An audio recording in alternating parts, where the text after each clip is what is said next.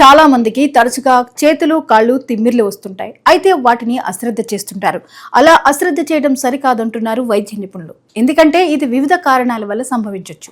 ఎక్కువసేపు ఒకే స్థితిలో కూర్చోవడం, ఒక కాలు మీద నిలబడడం, చేతులను ఒకే స్థితిలో ఉంచినప్పుడు లేదా తప్పుడు స్థితిలో నిద్రపోవడం వల్ల తిమ్మిర్లు వస్తాయి. ముఖ్యంగా నరాలపై ఒత్తిడి పెరగడం వల్ల తిమ్మిర్లు వస్తాయి. ఒకే పొజిషన్ లో ఎక్కువసేపు ఉండడం వల్ల, మొబైల్ ఫోన్ లేదా ల్యాప్టాప్ ను ఎక్కువసేపు ఉపయోగించడం వల్ల కూడా నరాలపై ఒత్తిడి పెరుగుతుంది.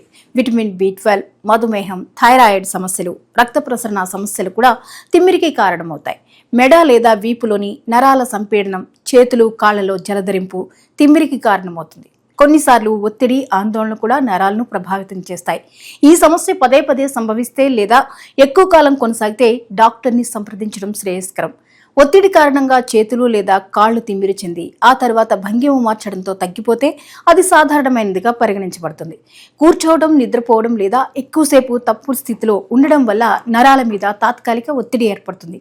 ఇది జలధరింపుగా కారణమవుతుంది. అయితే తిమ్మిరి ఎటువంటి స్పష్టమైన కారణం లేకుండా పదే పదే సంభవిస్తే, ఎక్కువసేపు కొనసాగిన నొప్పి, మంట, బలహీనత ఉంటే అది నరాల సమస్యకు సంకేతం కావచ్చు.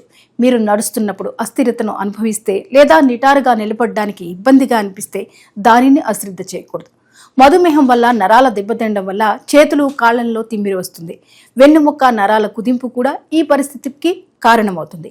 మీరు శరీరంలోని ఒక భాగంలో అకస్మాత్తుగా తిమ్మిరిని అనుభవిస్తే, మాట్లాడడం లేదా నడవడంలో ఇబ్బందిగా ఉంటే వెంటనే వైద్యుని సంప్రదించడం చాలా ముఖ్యం.